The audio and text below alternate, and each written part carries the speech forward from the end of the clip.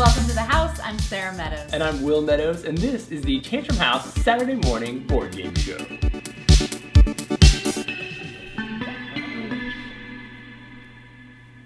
Thanks for joining us for our first episode. We are going to follow a similar format to some of our previous live shows, but today we're going to cover as many games as possible. Right, and our goal is always to interact with you guys in as many ways as we can, so we're going to be working hard to chat with you guys in the comments as well as live on the show. We also want to give you guys the opportunity to kind of impact some of what we do on the show. So in a minute, we're going to show you our Shelf of Shame. These are games that have come in the last couple of weeks, and we haven't gotten them to the table yet. Still in shrink wrap, though, so what we want to do is give you a chance to vote on what we should unbox at the end of the episode. We also have a giveaway that we want to do. Yeah, and we'll give you more information on how to be a part of that giveaway. But first, go tag your friends, go gather your friends on social media, and tell them to watch our live show today. So we'll be back in just a second, give you guys a chance to tag them, look at the games and vote, and then the rest of the crew will be ready to join us, and we'll get this show rolling.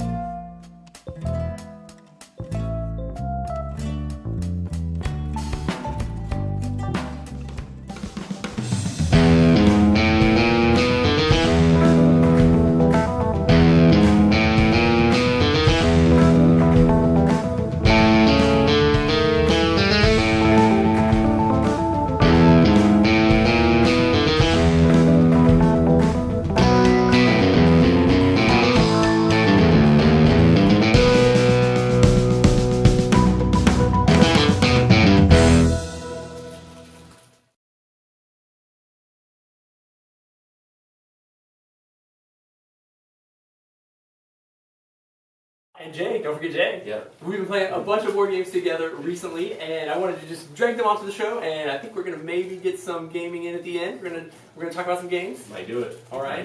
And then Jonah is also going to be manning our comments section today, so vote on those games. He'll check with you and keep tallying that. Ask him all of your deep board gaming questions. He knows it all, and and I think he's ready to roll. So thank you guys so much for joining us. Yeah, of course. And I look forward to talking with you guys in the comments, so please chat it up. Absolutely, and I think we're ready. I think Kevin and Katie have got a game already set up, so let's get this show going. We are continuing the Saturday morning board game show over here with It's a Wonderful World. Yes, this actually made it onto my top 10 of 2019. Whoa. Yes, I really enjoy this game. It is a great game. Now, Lucky Duck has brought it over to the United States. There are some other publishers also involved that I'm not going to butcher their names that are from across the sea, but glad that we can show you a little bit about it. So, It's a Wonderful World is a futuristic, set in a futuristic world, and it seems like there's like dividing like war versus like, what would you say, Katie? Economy, there we maybe. go. Yeah. Yeah. It feels a little more split on the box cover than it actually feels in the game. I agree. But basically what we have done is you set the game up and you are going to be card drafting. Mm-hmm. That's phase one. Yes, in phase one. And then after that, you are going to see what of these buildings you can buy, and you are going to be looking. Put them right here. Yes, you're going to be looking to see here the card cost. It's going to be an engine building game, so you're going to be building up what you can do. Your cost is here. Once you've purchased the building, you will be getting the goods that are labeled here at the bottom each round. So you really have to kind of balance what you've got. You also pay for what you want with cards that maybe you can't afford right now or don't want. So you can choose to discard those for actually just a single resource. So that's a little bit sad, but yeah, so we've already drafted. We've already drafted. So we did the drafting phase, and you're drafting 7 cards in a given round, and then you go to the planning phase where you're actually laying out cards to construct throughout the game. And you don't have to construct them all in one round. It can take you. Some of them, like this one here, has 5 resources it needs. I'm not going to probably be able to do that in one round. Yeah, and I definitely won't be able to get this one. And then the island of Avalon. Then you can discard any ones that you want, and you're going to get resources for discarding them. So like this one, I'm going to get 3 green, and I can immediately put them on my 3 green. I get here. 3 of the gray and 1 black, which is what I need exactly to finish this card. And so it's going to be a productive card for me in this production season. Like already I'm going to be able to use it. So I'm going to move it to this side and I will get its production Cool. stuff. So And, this is the discard. and then these are all discards, so we'll just discard those cards, thanks Katie. And then you move into the production phase. And this is one of the cool parts in the game, is actually on the board itself. You move from over there, right? Yes, You start at the starting gray with cubes. the gray, like with the arrow here. What? There's an arrow? There's an That's arrow great. there, So we'll start with seeing what you're going to produce in gray. So Actually, Kevin, I finished this one, so this one was done. all right, so Kevin doesn't have anything that produces any gray. Nope. I have one that produces gray on my thing here, and then I also get an additional one So there. you're going to produce 2 gray, I'm going to produce 2 gray. but you don't have anywhere to place them. I don't. So So what happens to those are they go onto my board here, my little card, and then later I can trade them in for a wild resource. Which is very, very helpful. It is. There are actually some cards that require the wild resource just to complete. So one of the cool things in the game is, so we're going to move from gray to black, and I can get 2 black cubes with my starting building, and I can immediately place them on my mega drill, which then, because I have completed this, it's now done, and it can go into my finished buildings. Now we've already passed the gray production, so I can't get any gray cubes this round. Next round I'll be able to. The cool thing is by the time we get to the blue production, I'll be able to get a blue production cube, which is kind of a cool part of the game. Yes, very neat. There's also, then we'll move to green. I don't produce any green. Do you Neither produce do I. any No green? green. No green. The yellow, I'm going to produce 1 here and 2 here. So I get a total of 3, which finishes out an additional building for Whoa, me. cool. The other thing we didn't mention is for each production spot, whoever has produced the most cubes of that kind actually gets like a victory point token. Mm-hmm. So I don't remember who did each one, but basically whoever produced the most gray, black, green, there's blue, red, and there's lots of cards that will interplay with those. So you will be at the end of the game, like if you have 5, or you're going to get extra points for the number of blue and things like that. Yeah, so blue, there are the blue and red victory points. So that is where the split comes Right. in a little bit more. So there are cards that, give you extra points for your victory points that are specifically red. So if you get a lot of blue ones, then you're not going to get as much if you are supposed to be specializing in red.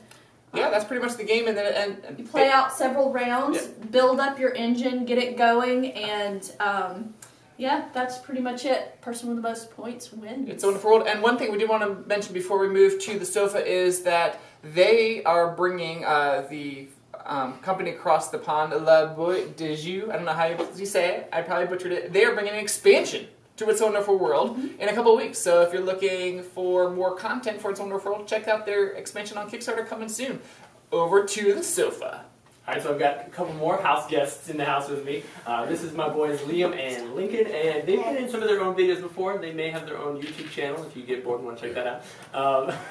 But they've never been on a live, so welcome to the live show, gentlemen. Yeah, hey, we are checking out the game Boogie Beasts from Jolly Dutch. It is a party game for 3 to 8 players where you're trying to get your skydivers to land on the right places with other people so they can make like a cool formation to get points or hard stuff like that. That is correct. So in the game, players will have a hand of character cards that all have the same symbols on them. You're only going to get to successfully do 3 jumps each round. And so the very first portion of the game is a 3-minute timer where you get to negotiate with each other. Yeah, you could say like, hey Lincoln, why don't you put your green on this 2 right here so we can land there successfully and get a bunch of points. Yeah, get a lot of points. And then sometimes like if you're feeling like you can say like, oh yeah, I'll go there, and then secretly play the not going there card, and then they flip it over, ha, I got you, I ripped you up, I'm not going. So then they would lose points, and you would get more points to go another place on the board. Correct. So you got 3 minutes to negotiate where you're going to send your sky, what do they call them, divers. This should be Katie's game. Isn't Katie the skydiver? Twice. How many of you skydived? Give us in the comments right now. So you make your plans with that. You also have a hand of formation cards, and these are how you actually score the points in the game. So you have to first get the correct number of skydivers to land on each pad successfully. If you do, If you do, then once you've made all your plans, you stop the plan timer, and then you actually jump out of the plane. And so that's when you actually start playing the game. It's a quick thinking, fast reaction game. You put points on them, and basically determines how difficult and how many points you're going to try to earn. So you might play like a 2, but somebody else can play, we're playing it face down, so somebody else can play something totally different. Yeah, I can play like a -2, so you have to play none in there, or I can play like a +2, so it adds more points that they have to get. And then whenever... When the timer is up. Yeah, when the timer's done... You say poll. Poll, and then everyone can't press any cards. And then however many symbols they get on the top corner, that's how many dice they get to roll. So let's see, we got 2 plus -2, so that's 6. So they get to roll 2 dice due to the symbols on these cards, and then these are just modifiers that affect what they're actually attempting to roll. Yeah, and so you roll 2 dice, you got to roll a 6 or higher. 6 or higher. Oh, 6 right exactly. On. And so for that round, they would then record their score for that flight, and then we go all the way around the rest of the game and reveal them. The tricky part is the fact that you can totally lie to each other. Like, I could say, hey, Lincoln, let's go there, and then I could play one of these, which means I'm not going there. And then if he did play green, then he'd get a negative for that point, because he just lost one. Just nobody gets to fly on that He lost platform. one of his 3. Somebody pinky promised me last night that they were going to join me on one of the launches. He was winning by like 5 points. Yeah, so you gotta... You gotta betray him. What choice did he have? Really fun stuff. Light weight, like Xander played with us. He's 7, and he understood the concepts. He made the deals with us. He was good to go and everything. I think I did end up winning. Yeah. And then there's also solo jumps. Oh yeah. Solo jumps, where you can put just one of your cards in front of you, and then you can put like, let's do something easy, like a 2. And then you flip it over. Hey, I got a solo jump with a 2. So then you just have to roll higher than 2, which I just completed. And then I would get 5 points for that one roll. Which is very cool. So we had a lot of fun with it, playing it as a family. I could definitely see this being a cutthroat adult game because of the bluffing that goes into it. You've got time pressures. We were playing it the other day, and I was like, okay, I'm jumping on this one with you. Made that deal, jumping on this one with you. Here's a fake one to throw out there. Here's another one. And I didn't even get time to put out my formation cards. So then I didn't even score points on the ones that I successfully jumped on. There's good pressure. I think as an adult game, and then sometimes, like, if I have like a bunch of like add 1, add 2, stuff like that, and then like if he and Xander made one, then I just put all my high cards on there, so they have to roll higher numbers. But then you also score lots of points too. So if you get it. If you did get it. Yeah, cool stuff. Be sure to tune in later. We're going to talk about some giveaways. But I think we're ready to go back over to the couch. Thank you guys. Excellent job. Bye. Hey, so I am here going to be talking about Furry Foodies. And this is a cat-themed game, which I am always a sucker for. And these have adorable little standees. The pink cat is the best, by the way. Why? It just is cutest. Okay. there's not any asymmetrical abilities in this game. But what we have here is a square that's built up with these tiles. We are going to be playing as cats that are trying to push food off of a table while the humans are not watching. Do you actually push it with the cat? You do actually push it with the cat. Isn't that cute? I have not played this game. Kenny was setting it up, and I'm sorry. That could be your first turn. So what you do is actually push. I'm going to tag team Kevin because he's teaching the next one on the couch. What? Teach me, Katie. Yeah, so you actually push this off, and you get whatever you push off of the square. This actually isn't a great opening move because you have to make 2 moves if it's possible, and you cannot go in the same direction you've already been. So what would happen here is that you would push this wild off, which is really nice. This is a set collection game, by the way. And then the only other direction you can move from this corner is this way, and you have knocked off a plate and broken it, which alerts the humans to the fact that you're sneaking the food. Yes. So you have to watch out. So let's say that was a bad first turn, Will. All right, you replace the tile here. You're trying to collect either a sequence or a set. So they're labeled here with 1, 2, 3, 4, 5, and I think 8 is the highest one. The rare ones are also at the top, so I think this is the only 8 in the game. But the points are listed here, how much you get. The scoring is very simple. This would actually be a really fun one to play with children. You're limited to, like, let's say this cat comes here and knocks off some tasty looking shrimp. Some shrimp here, and then decides to move here. You get these 2 things, but then the next cat is not able to push any into a cat. So you can't knock another cat off the table. Right, because so cats are impossible to do that. Yeah. So you have to, like, really watch where you're maneuvering. So this cat couldn't start here. This cat maybe would do this, collect some tasty ice cream, and then you have to watch it. If you work yourself into a corner, you have to leave the table and then start again. Yeah.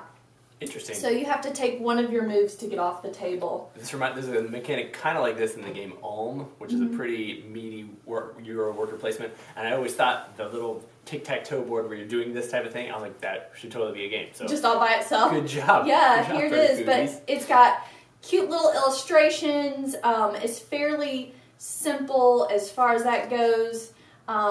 And then, like I said, the strategy can be pretty meaty if you're playing with adults and you're having to really think through, all right, if I do this, suddenly, am I letting him have this great thing here? Or so it actually is pretty fun and legit. At the end of the game, you are counting up just your, just how many you have of everything. So, like, each one is worth the same amount or not? Yes, they are. So the really rare thing would be great for, like, a sequence, but you're not going to get more than one of number 8 or tuna or whatever it's salmon. I'm not some sure what that catnip is. gives you an extra move, it looks like. Yeah, That's cool. catnip. And then you can, this is interesting because catnip, giving you that extra move, you can use that on yourself or on somebody else. So And push them off the edge of the table? It may make them have to break a plate. Ah, cool. Because it's their only cool option. Stuff. So, Interesting. yeah. Good job, Dion. This is pretty cool. All right, back to Kevin. Hello, we are back here at the sofa. We are talking about Arrays Arcana, which is from Sandcastle Games. They are actually a division of Asmodee, which you're probably familiar with. They have lots of different imprints. Arrays Arcana came out in 2019, and a pretty popular game in the world of board gaming. It barely missed my top 10 of 2019. I really enjoyed it. This is from Tom Lehman. You might be familiar with some of his other games, Race for the Galaxy, Roll for the Galaxy, The City, things like that. This is another engine-building, resource management game. He did a great job. Tom did a great job with this, and the company did a great job with the production value. But I'm here talking to you about the expansion. This is Lux et Tenebrae, and I probably slaughtered that. It's Latin. This expansion brings a couple new things. But let's talk about some of the things that are part of the base game that it brings. New magic items, which were in the base game. These, there's an inscription and an illusion. There's new artifact cards. And the theme in this expansion is light versus dark. And they did a great job with the art on the cards and the different components. But there's the sword and these Hounds of Death and imps and the Dwarven King and lots of cool different things. Basically, in the game, what you're doing is you're collecting resources in the game to play cards from your hand to eventually get points. Anytime you see these red seals, you are getting a point at the end of the game, or actually throughout the game you're collecting points, and if you can get to 10 points first, that signals the end of the game, and then whoever does have the most points at the end will win. And there are some new monuments in the game too, which have a couple more points to them. There's a Dark Cathedral, an Alchemical Lab. These are part of the these cards that you're used to playing. They just have different powers that they're bringing. There's also new Places of Power. The Places of Power really help you get lots of points because usually they are collecting resources. And those resources on the cards, it says for every blue resource on this Place of Power is going to get you a point. So you can get lots of points by doing that. There's a Temple of the Abyss, the dragon area here, and then there's basically different sides. So in a given game, there's a lot of variability because you can choose what side you want to play for the places of power. There's a few of them out there. There are new mages in the deck here, as in the expansion as well, and they give you new things that you can do, some more asymmetrical abilities, and the new thing that the expansion brings is scrolls. Scrolls give you more things to do on your turn. And the only way, well, one of the only ways to get a scroll is, one of these scrolls is to get one of these magic items, which is the inscription that says on your turn you can exhaust this to claim one scroll. And those scrolls will let you draw cards, they'll let you shield yourself, they'll let you retrieve cards, they'll let you do lots of different things, but they're one-time use as well. One of my favorite ones is this disjunction one that lets you trade a 1 gold or discard 1 gold to get one of every other type of resource, which is super powerful. So I like what this game is itself. I love what the expansion brings to the game. I like the scrolls. The expansion says expansion 1. So I'm interested. I guess they already have plans for more expansions, because why would you put a 1 by it unless you're expecting to be a 2? So that is the Raise Arcana expansion from Sandcastle Games. Check it out at your local retail store. Is the table ready? I think we are. Go.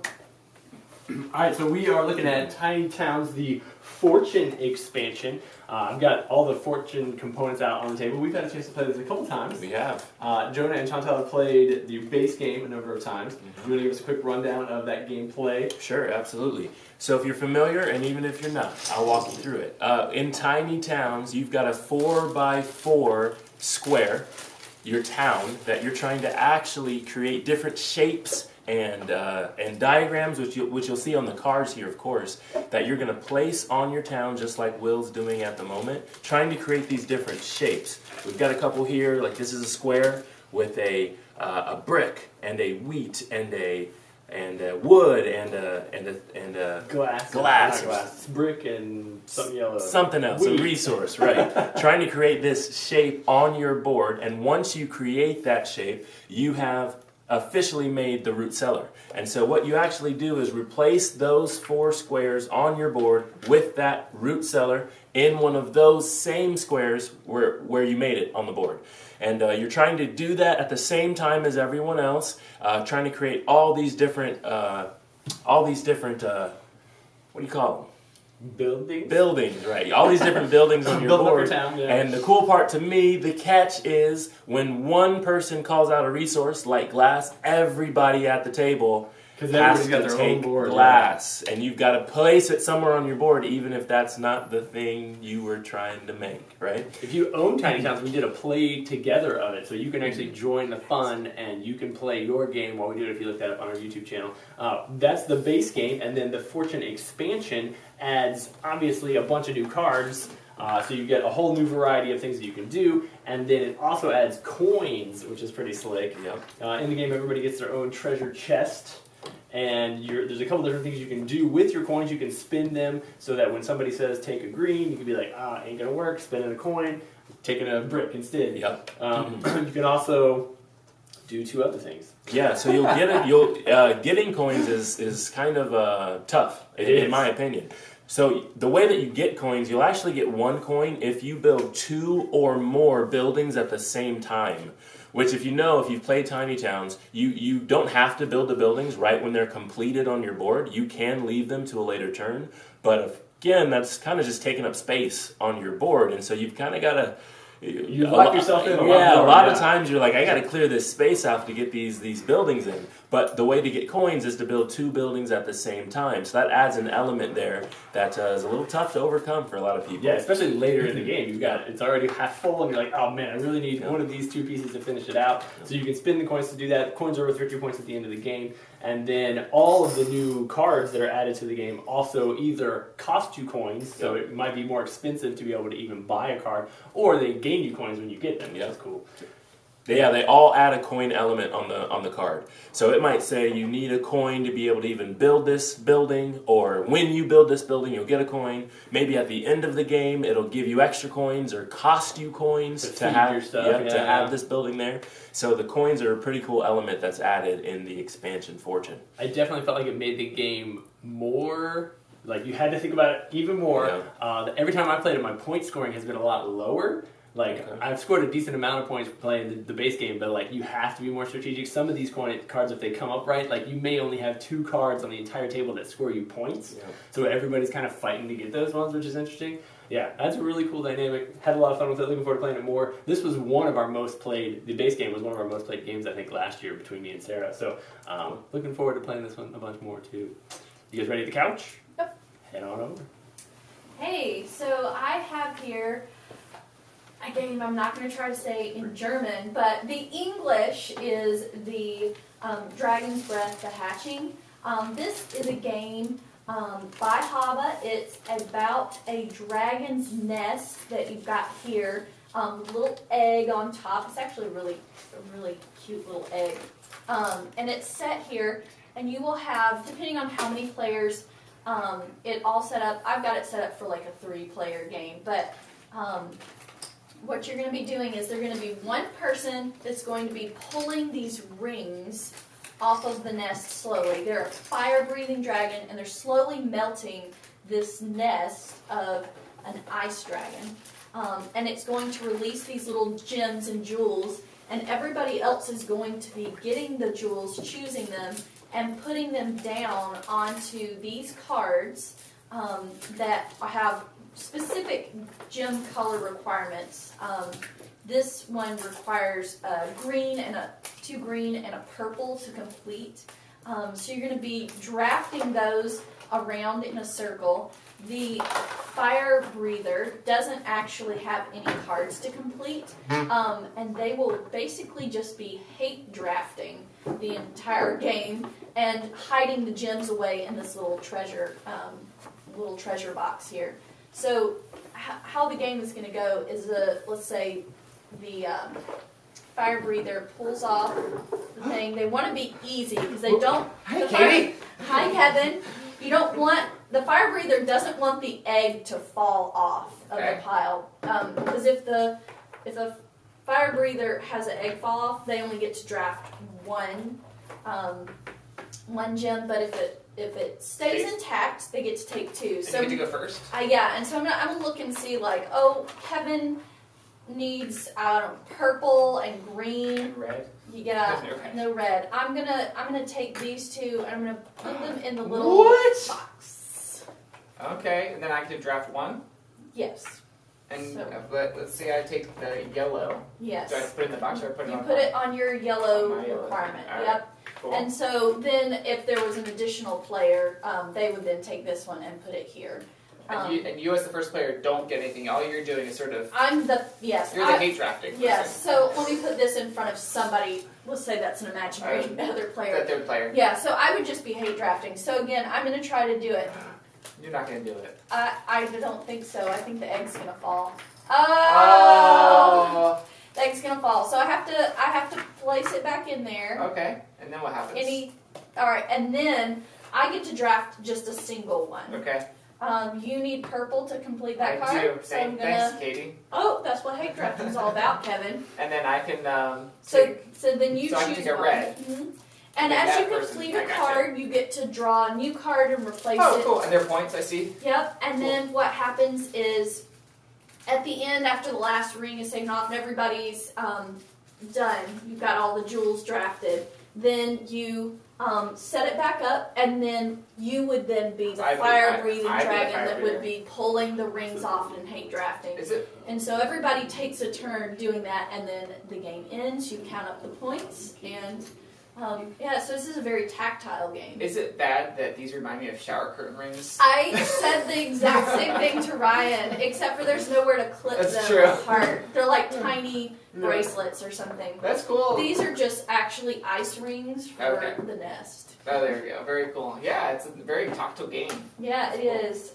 So what happens when they take the last ring out? Does it stay there? Or? Well, hopefully the egg would hatch in theory, but Oh, okay. yes. So then you would draft the jewels Cool. and such. Very cool. But Yeah, I this- like it a lot. this is This is a standalone game based on the other game that Yeah. they had. Cool. so this is by Haba. Funkenschatz das Drachen-A. Yes. Drachen-A? I didn't try. I didn't try on that I'm one. sure our Tina the intern can help. Our I'm- international intern can I'm help sure us with she'd that. have no problem with that. Very cool. But yeah, so this is 2 to 4 players. Obviously very kid friendly. Lots of fun picking up little jewels and trying to keep the egg from falling out. So this is a game you could look at for your children. Are we ready at the table? We are. All right. So I'm looking at another kid-friendly. I think it's a little disguised as a kid-friendly game though.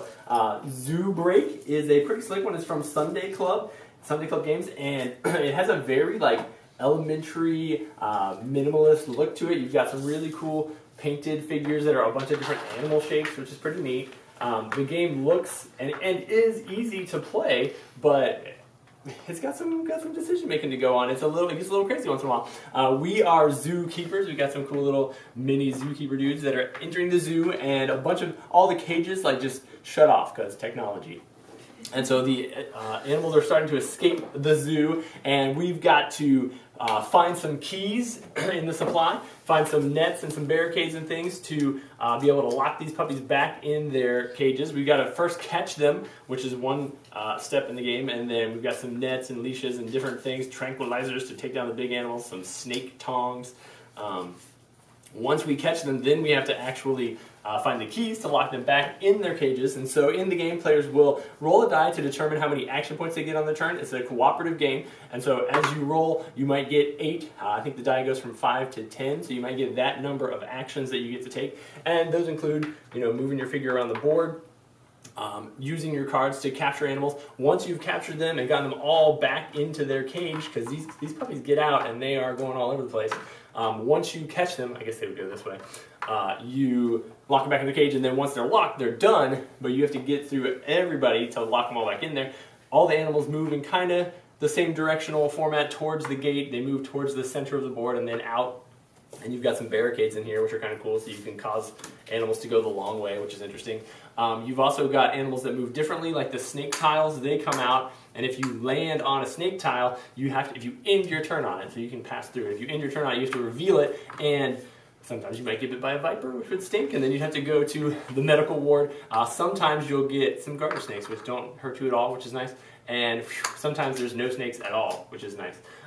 You are trying to work as a team to go everywhere. Everybody's got to pick up their supply cards. I wish the game, when you play the game, just start with a supply card so you don't have to waste your first turn. Everybody going to the supply to draw cards.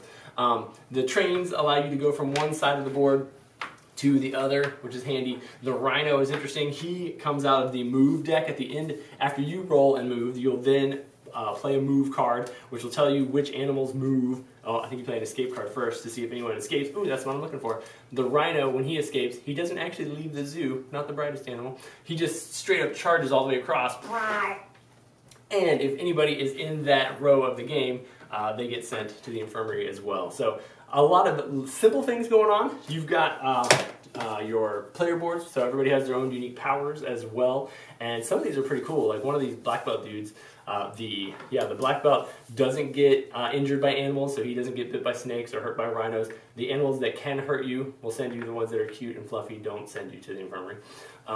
Some of them, like the gardener, can go through shrubs. Nobody else can pass through the shrubs. They have to go around them. So some neat powers in there.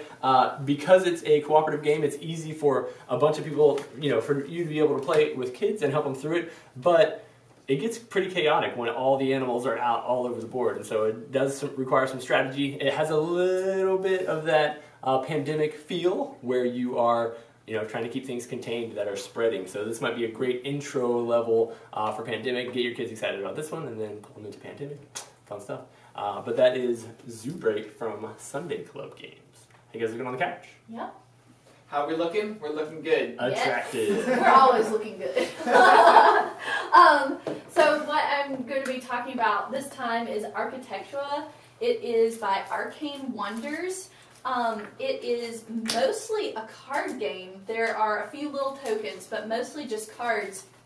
And what you're going to be doing is building up a city, and we're all fighting over the same real estate, and what gets built next to another building is going to affect how much that building is worth in points.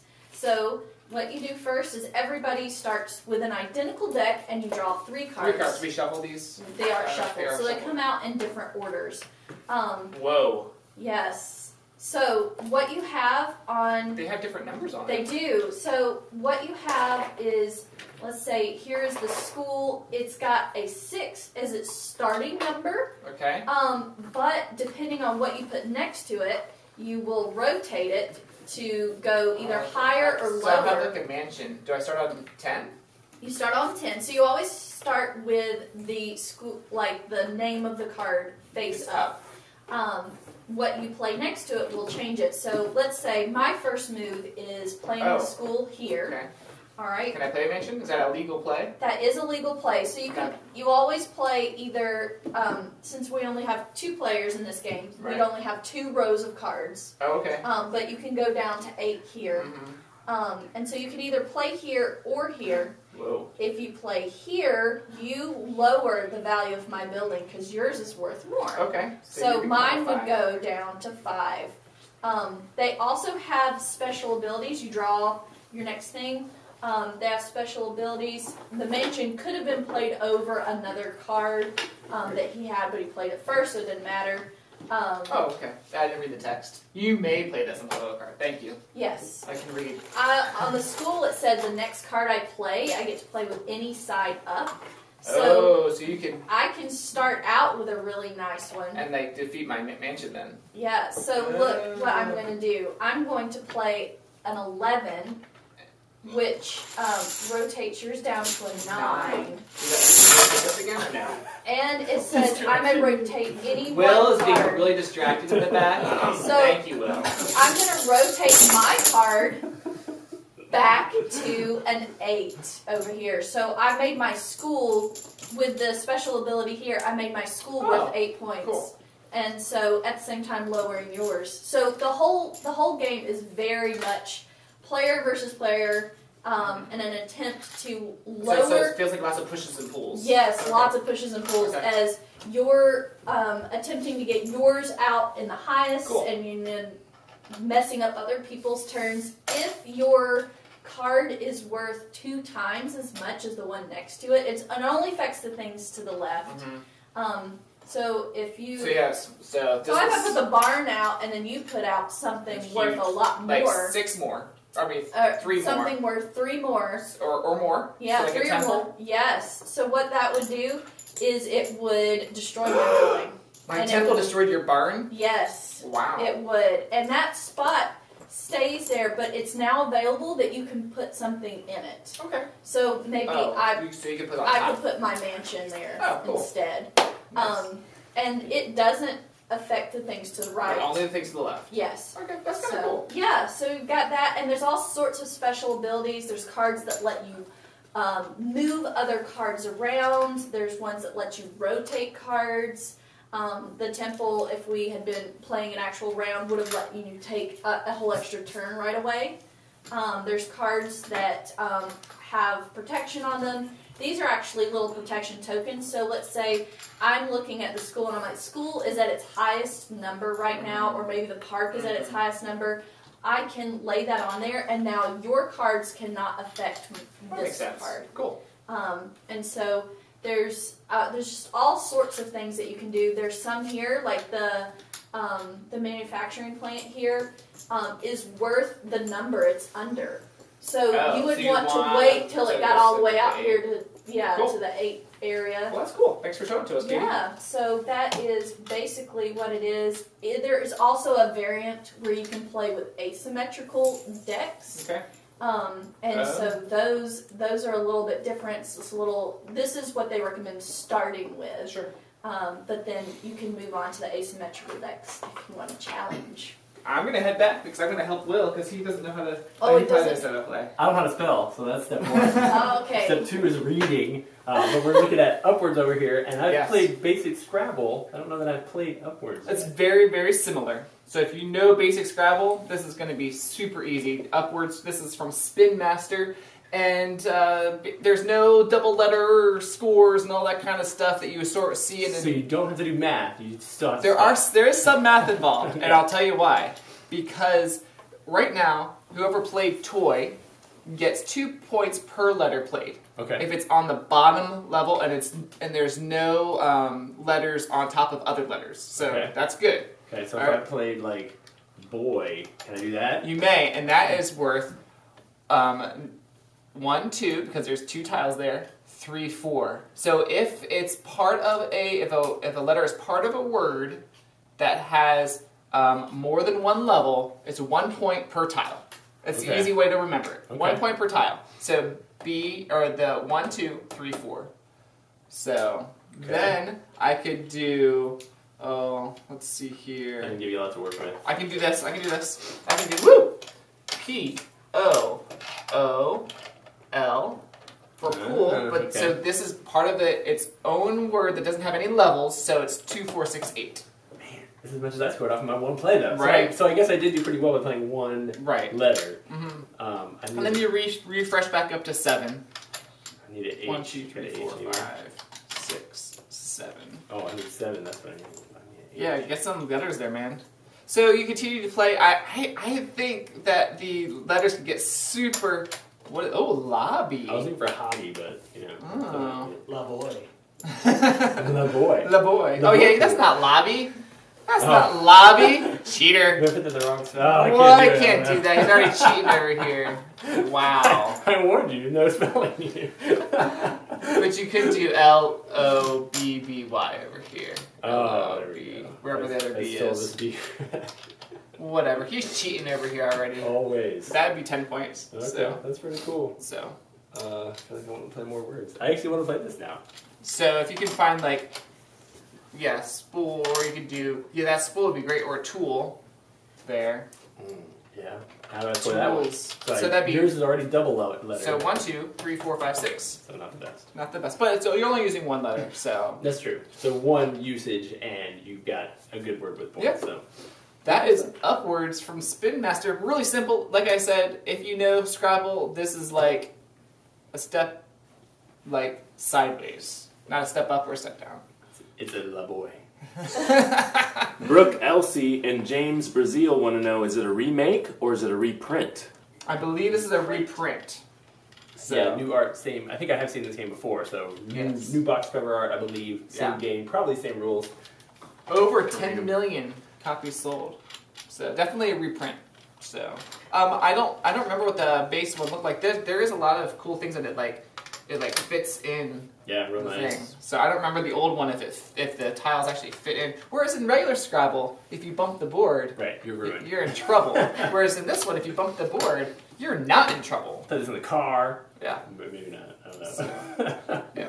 Anyway, I Cool. like the pieces. It's cool. What is on the table? Is that it? That's We it. did it. We covered them all. Woo! All right, well, let's head to the couch and we will announce some prize giveaways and Sounds good. do an We're unboxing. gonna do unboxing. Are we gonna do unboxing over there? Yeah. All right. Sounds good. Maybe. Here we go. I'm gonna leave this here because that was really noisy. Do you like that? As I was dropping all the pieces. Hey, so we're back here at the sofa. The guys are joining us. If you are wondering where Sarah and Melissa are, We should talk about that. they are at ScarabCon in Columbia, hanging out. Columbia. It's South a Carolina. more RPG focused board game convention, but they are hanging out, playing some board games, teaching some demos. I know they're doing a parks tournament. And they're talking about something really, really important. Tantrum House! Is that the Yes, that's the important part. Tantrum Con is just a couple weeks away, so they're there drumming up some business, talking about it, getting some badges and things like that. Dude, that's just 2 weeks out. Is it Get just your 2 badge. weeks? I can't remember when I'm recording in advance or when I'm actually live, but We're live. yeah, we'll be in Spartanburg, South Carolina, January 30th through February 2nd. We are, signage is coming together. We've got lanyards, which look cool, dice, pins, bags, games to give away. What's our tally on how many games we're giving away? Oh, Not even a clue. over 700, 800 games. Probably 800 games if you count the play-to-wins in there. Dollar value, we're saying like Over- $40,000. Over $30,000 worth of board games we're giving away. So everyone who comes to Tantrum Con will probably get at least one, or we'll get one, maybe 2 games. Crazy. Yeah, everyone gets at least one. We Skybound Games has generously given us copies of Guardian's Call for every attendee at Tantrum Con. That is Fantastic. crazy. On top of that, we've got like hundreds of play-to-wins. Yep. Yeah. We've got raffles that we're doing. Yep. We want to talk about some of our huge raffles. Oh, sure, we can talk about them. So, number one of my favorite ones, is a Smash Up giveaway at Tantrum Con. All the Smash Up, like Big box, crazy. the box is literally The like bigger, this. geekier box. Oh, and the cool thing is for Smash Up, there's lots of expansions, right? Oh, yes, tons of expansions. AEG sent the game everything sleeved already in the bigger, geekier box. So whoever gets and wins that, it's already ready to go. Wow. That's was amazing. pretty amazing that they did Well, first of all the money you save. But second of all The time. the work you save having to sleeve Right. your cards. Yeah. that. And then the other giveaway that we're doing is Come On gave us a Kickstarter pledge of Cthulhu Death May Die with the huge-ature. the magnificent chair Cthulhu. It's as large as one of my Whoa. children. It's definitely as large as Wait. my children. It's 2 We're feet giving high. away the giant Cthulhu? It's 2 feet high. We're giving it away? I Were you know. gonna paint it? You can win. I don't know if you Oh. Yeah, tons and tons of prizes. We're also doing those tournameals, which is something that we invented and coined, trademark, Tantrum House, where you get to play a game like Silver and eat some pizza, or you get to play Chunky Monkey from Spin Master and eat some ice cream, or you get to, I don't know, there's a bunch of them on there, look on the website, but which one? 2 rooms and a boom. 2 Rooms and a Boom while you're chugging Monster, sponsored by Monster. So lots of fun games happening, a lot of really cool activities. We are really, really excited for it. Jonah, who got the most votes on our unboxing? Well, I was in the comments, and if you're still there, put in your last votes. Kevin's checking right now, but according to my calculation, I think it's Oceans. Oceans is the one that's gotten the most votes by North Star Game Studio, so we're going to unbox that one. I was gonna Front or say. back? Yeah. Yeah, did you like the back picture? You didn't know what game that was, right? Ryan, you want to pull in a chair or something and do the honors? Thanks for running the show over there. Ryan has been backstage working hard to keep the cameras running and microphones. He's got the special knife thing there. I'd love you guys' feedback while Ryan does the quick unboxing. We've made some tweaks to our microphones and audio. We changed our lighting a little bit. We did some intro stuff differently. We're hoping to make the Saturday morning board game show to start off with once a month regular thing, and we'd love to have you guys join us and be a part of it. Depending on how that Kickstarter goes in, when are we doing that? April. Maybe we can make it We're a gonna- more regular thing. Yeah, we're going to have our Kickstarter campaign to raise money for the channel in April. So, we're opening at Oceans? I am. Did the other one I get didn't votes? wait. I didn't know, that's What why if- Oceans is the one. Mountain King got more votes. Too bad. Ooh. That's how I roll. There's all sorts of pretty art in this, for sure. This is a instructional on how to set up The something. insert, probably. Yeah, the Oh yeah, insert. insert walkthrough. And I just put a piece of that. A very Okay, got some little detailed windows actually rule going book on. Lots with of lots of actually. photos. So, someone said that they backed Oceans on Kickstarter. Very So, cool. very cool. As I say, I Have saw it you ever seen all it yet? over the place. Maybe it's not an insert. Maybe it's a different things for the players. I think it's Could be a the tray. ocean. It's a Katie's tray. like punching things out. I'm That's great. sorry. I'm She's punching. making Look it ready. on site. Clownfish. Clownfish. Oh yeah, not Nemo. Ooh, wow. Someone look how said that pretty our that audio is. is great. That's like the reef. Here's a reserve bag. I don't know enough about the game. I haven't played it. Obviously, so it's still a trick wrap. So we right now have 73 commenters, Ryan. We might need to get a die roll soon for the giveaway. Did we talk about the giveaway We yet? did not. Why don't you go through that? All right, while they're unboxing that, Renegade Games sent us an extra copy of Bubble Tea, and we're giving that away today to one of you who are watching live right now. For you that are watching later, I'm sorry, come back next month when we do a live show, and you might be able to win our next giveaway. But anyway, Right now we have 71, 2, 3, 4, 5, 75, Ryan. That's a Terra exclusive promo card. Ooh. For those of you who don't know, Bubble Tea actually has like 2 or 3 like little games in it. Like you can play it several different ways. And there's some timed ones. One of my favorite ones is the timed one. It's got clear little cards that you're trying to overlap and make work so that you're getting the right stuff. I had fun. It's cute little illustrations and stuff. I'm enjoying this unboxing. I don't know if anybody else can see it. These are limited edition promo cards that are like bioluminescent.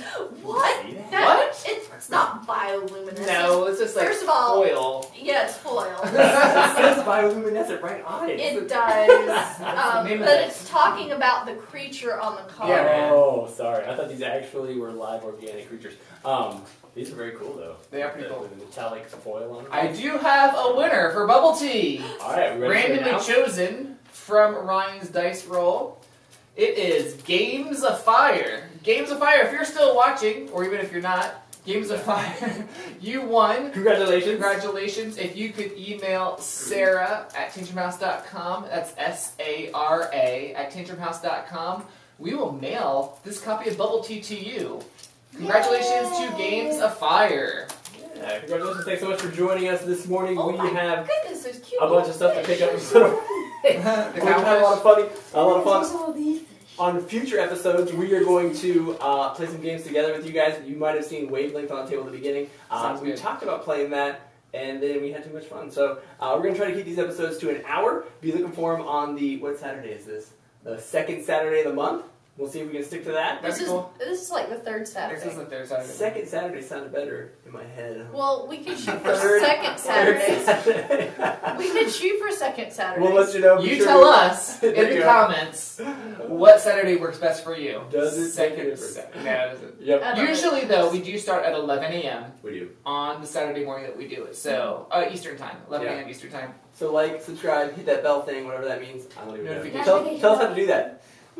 You click it, and then every time we upload, it shows like, Publish yeah, video. what video uploaded. Oh, This cool. is my savvy YouTuber. Their channel is Neighborhood Gaming. Neighborhood Gaming, check it out. Alright, thank you guys so much for joining us. We will catch you next time. But it's been fun.